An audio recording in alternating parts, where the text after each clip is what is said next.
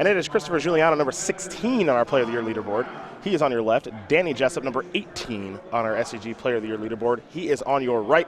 Players are given the green light. The record 7-1-1, and away we go.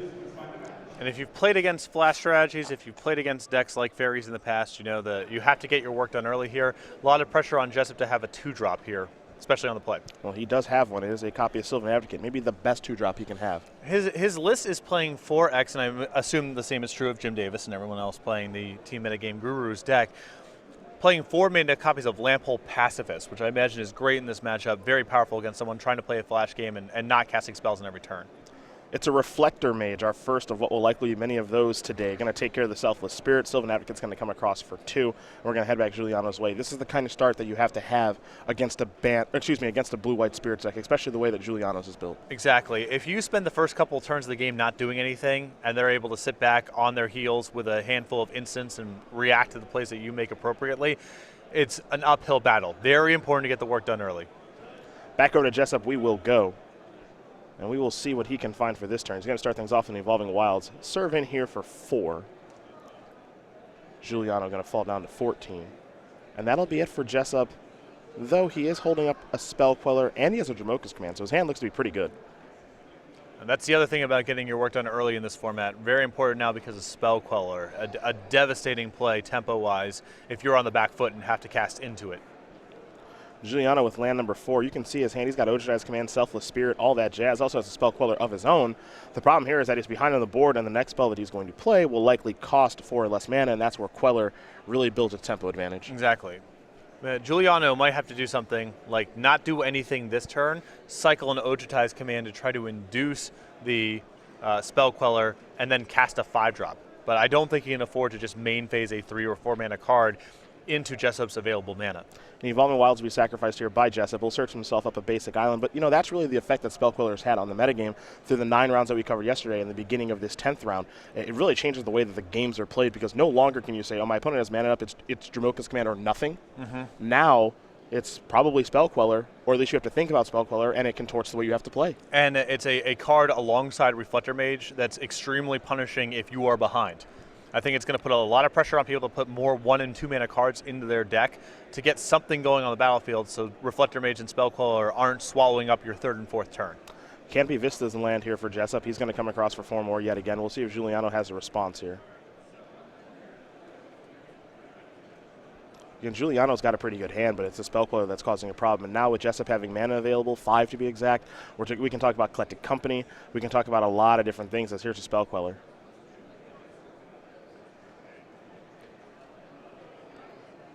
We'll see if this will resolve or not, as Jessup is going to think things through a little bit here. To me, this seems like a fine spot to get the Dromoka's Command going rather than cast the Spell Queller. I think Spell Queller's got a little bit more value here. And the window to resolve Dromoka's Command, it's an awkward card. It's going to be not the easiest card for him to resolve profitably at all times.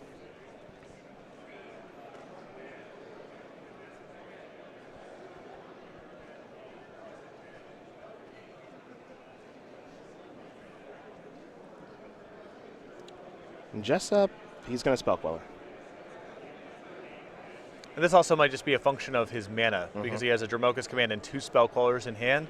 So he may want to have the option of essentially spending 5 mana now, rather than have a hand jammed up with 2 Spell Quellers and only 5 mana to work with. Port Town the draw. Nice. It came into play tapped. Are you shocked? I am not. No. We have seen a lot of Coastal Towers this weekend, a lot of Elfheim Palaces. It's brutal. Those lands are brutal sometimes. It's brutal because it comes into play tapped 100% of the time when you really need a land to come into play untapped. Yeah, yeah, it's really rough.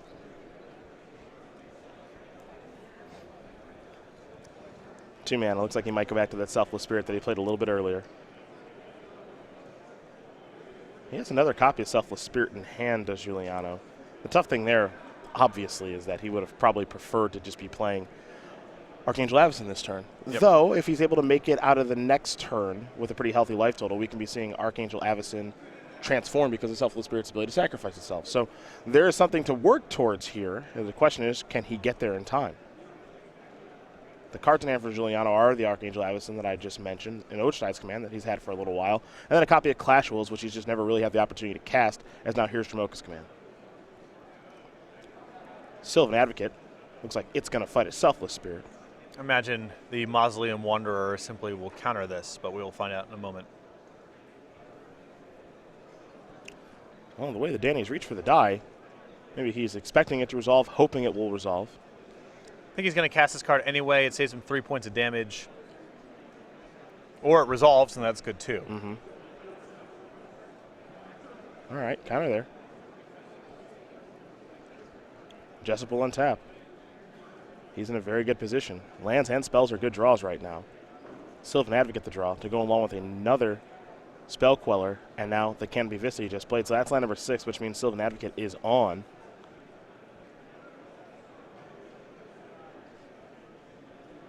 Well, Jessup will survey the battlefield, just try to figure out exactly what happens. My opponent does have 2 copies of Selfless Spirit on the battlefield. Doesn't appear that too much goes wrong in a spot like this. Those are just 2-1s after all. Yeah, the question is just if he's willing to trade the Spell Queller for the 2 copies of Selfless Spirit. But giving Juliano back a Spell Queller does not matter a whole lot in this spot. I suppose it's something that can bump against the Reflector Mage, and at that point all Juliano has to do is answer the Sylvan Advocate, and he's got the game stabilized. Mm-hmm.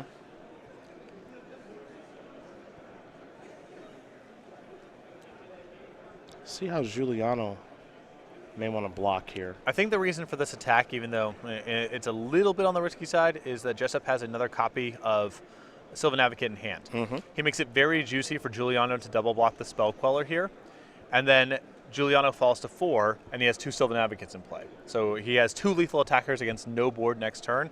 Allows him to play against Archangel Avison pretty efficiently. He gets to go block Sylvan Advocate, block Spell Queller, sacrifice one of those Selfless Spirits to keep my other Selfless Spirit alive, end up taking 2, fall down to 8. The follow-up here for Jessup is another Sylvan Advocate, as you did mention. Now he'll pass the turn back with 4 mana available, which means so much when you're playing against this deck. That said, Juliano's hand is pretty forced on what he can do here, and I think it revolves around Archangel Avison. Yep. It's going to cast this and try to make some headway in combat here. Although it is outside by those 2 mana Sylvan Advocates.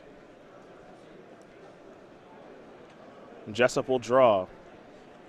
Didn't get a great look at it. But with the way he just shrugged his shoulders, he says, everybody's coming in here. I'm feeling pretty safe about things. Here's Archangel Avison. Well, the draw was Dromoka's command, which is a real doozy. Yep.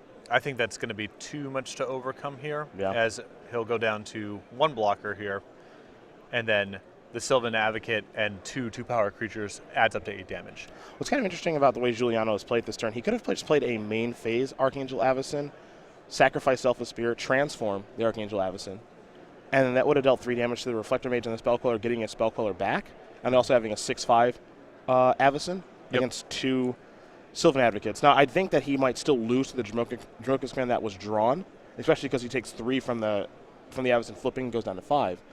But, you know, it's kind of tough to say. I think that the Dromoka's command may have just been the best draw in Jessup's deck. Yeah, I think that or Collected Company, the 2 best things going on.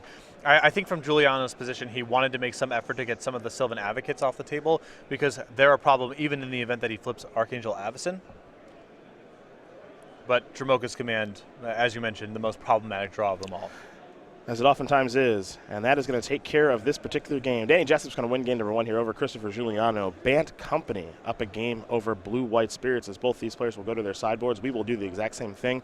We'll start with Christopher Juliano, as he will be on the play for game number 2, and you'll find 2 Silk Wraps, 2 Blessed Alliance, 2 Negate, 2 Jace Vryn's Prodigy, 1 Confirmed Suspicions, 2 Planner Outburst, 2 Bygone Bishop, and 2 Summary Dismissal, the brand new counterspell. I like going a little bit bigger here and trying to get some more card advantage in the deck. The 2 copies of Bygone Bishop, the 2 copies of Planar Outburst, the 2 copies of Jace, and the 2 copies of Negate all seem great for this matchup. I even think the Confirmed Suspicions could come in here too. Reasonable number of 4s and potential 5 mana spells in Jessup's deck. For Danny Jessup, he's got 2 Negates, 2 Nissa Vastwood Seer, 2 Tireless Tracker, 2 Aerial Volley, 2 Tragic Arrogance, 2 Declaration in Stone, a Dispel, a Summary Dismissal, and the brand new Tameo Field Researcher. A good setup here. I like the Negates, the Nissas, the Tireless Trackers, and the Aerial Volleys. All very solid cards to the matchup. Seen Volley a lot in sideboards this weekend, but not getting a lot of use, but this is clearly what it's for. Exactly. It's particularly good against Spell Queller, and if people are playing the low to the ground build of Spirits, a lot of 1s and 2s, you have the possibility of getting some 2-for-1s. I think that Spirits naturally protects itself from the 2-for-1s pretty well because Mausoleum Wanderer, Selfless Spirit, Rattle Chains all kind of insulate yourself from the dual shots and aerial volleys, getting a lot of threats, but still, a 1-mana removal spell in the worst case scenario is a big upgrade for this matchup. Well, as these players do sideboard up, it'll be Christopher Juliano who's on the play for game number 2, so we'll be watching that in just a moment, but we will talk about the StarCityGames.com weekly sale right now. That does end at 10:59 a.m. tomorrow East Coast time, so make sure you do head over to the website and check out what we got going on. Remember, every Monday, 11 o'clock a.m. Eastern time, we come out with a new sale, so make sure to go back to the website on a regular basis to see what the new weekly sale is.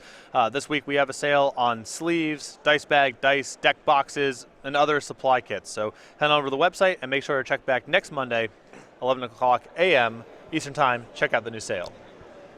We'll learn a little bit more about Danny Jessup now as he does shuffle up for game number 2. Him and his brother, team MetaGameGurus.com, along with Jim Davis, Kevin Jones, and Pete Ingram, though they are going to be losing a teammate here in Pete as he will be headed to Seattle to work for Wizards of the Coast. That said, Danny, a 24-year-old from New York, his game has improved quite a bit over the past couple of years. Yeah, we've seen a lot of growth from him. There's a lot of players that we've gotten to watch over the years. I think Todd Anderson and Ross Merrigan probably at the top of the list of strong, steady improvement where they're tournament mainstays, and I think Danny Jessup is on the cusp of getting to that point as well.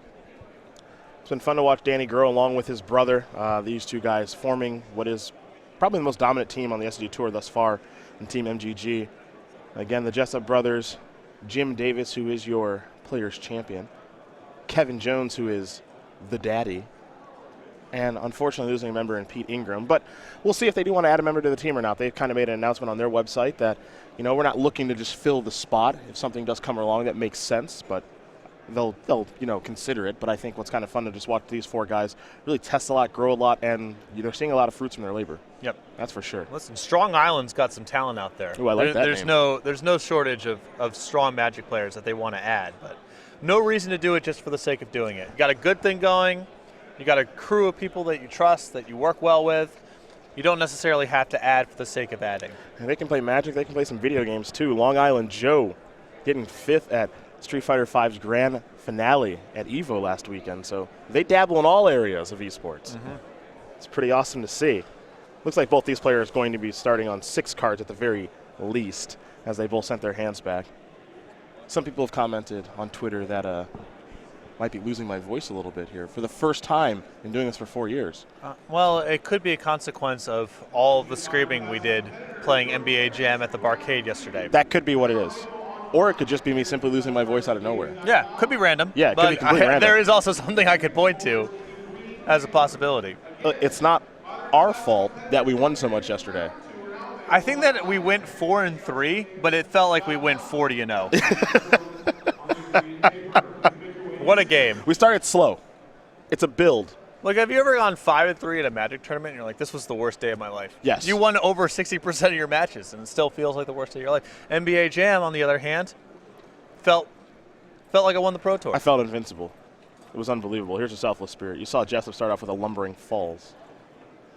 Picked up a copy of Collected Company. Does he have a 2-drop? He does not. That's actually pretty important in this matchup. Huge.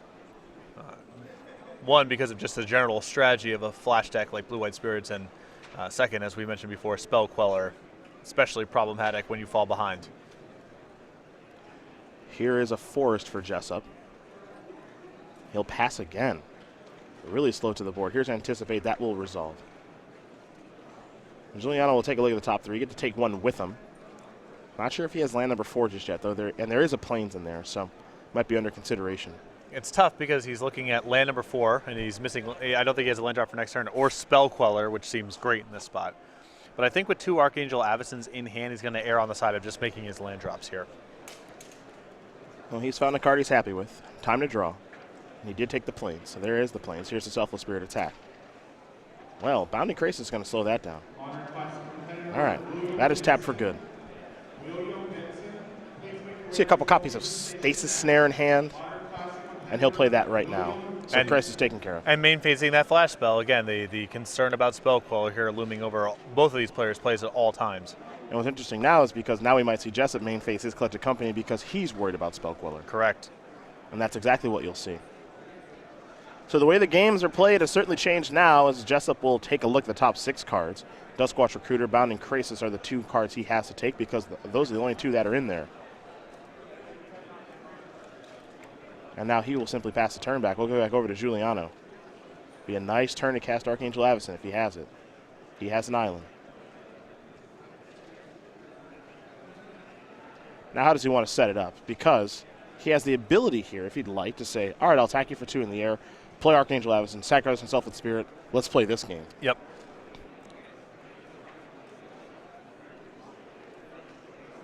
Clear out the board, have the biggest thing on the battlefield. I find that Archangel Avacyn is just a pretty tough card to play because there's, he might want to just try to get him in combat. Yep. Alternatively, he also just kind of trades even against Dromoka's command. Here is Archangel Avacyn. He will sacrifice a Selfless Spirit, pass the turn back. Also worth noting as well is that if Juliano didn't do anything, the Duskwatch Recruiter would have transformed. Yep. So I like this play. It's not without risk, but yeah. I think this is the right way to go. I think it's very risky because Jessup is also looking at a copy of Collected Company again. If he hits our good friend Reflector Mage, this whole plan goes up in smoke. But if he doesn't hit Reflector Mage, he loses whatever. Well, there's Dromoka's command, so that takes care of that. Now Jessup will draw. Oh, nice. We'll play Plains. Here's an attack for 2. If it makes you feel any better, any way you played it would have been a disaster. Yeah. Jessup would have hit a Reflector Mage no matter what. There's an island. Juliano will pass the turn back. Jessup will activate the Duskwatch Recruiter. Take a look at the top 3. The whiff.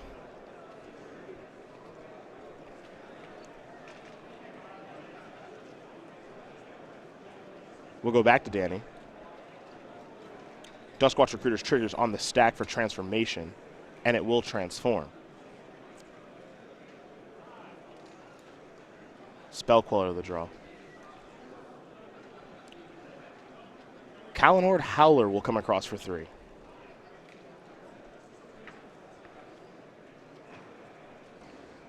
And Juliano might be thinking Archangel Avacyn, and he is.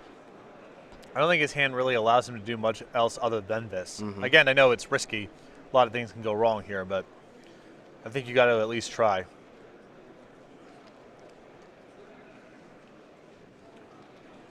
Oh, will Jessup try Collected Company?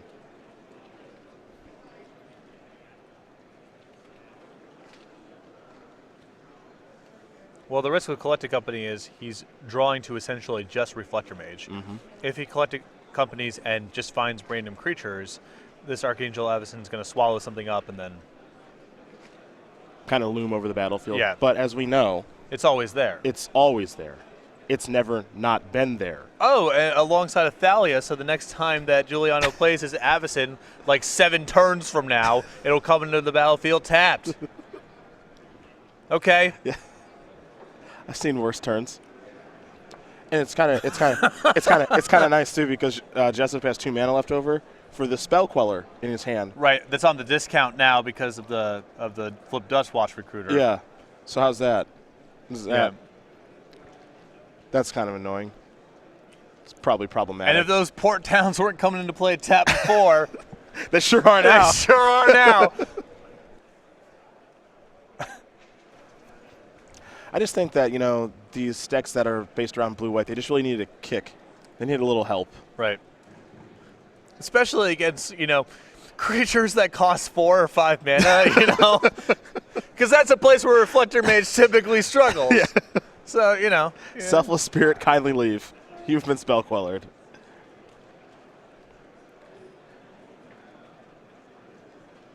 We'll see what's next for Juliano. Which I don't think it's much. He has a Stasis Snare.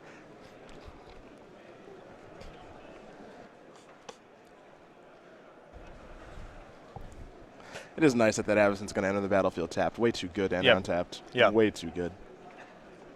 The perfect Collected Company. Yeah. Seems like they always are. All right. Stasis Snare is going to take care of that. Now, Juliano, oddly, it's crazy to actually think this, but he actually does have the ability to kind of come back in this thing. The reason I say that is because of the Selfless Spirit in combination with Archangel Avacyn. He can actually get some work done here. Yeah, he can try to set up the combo from last time. Absolutely. Here come the beatdowns from Jessup. For 7, Juliano's going to fall down to 8.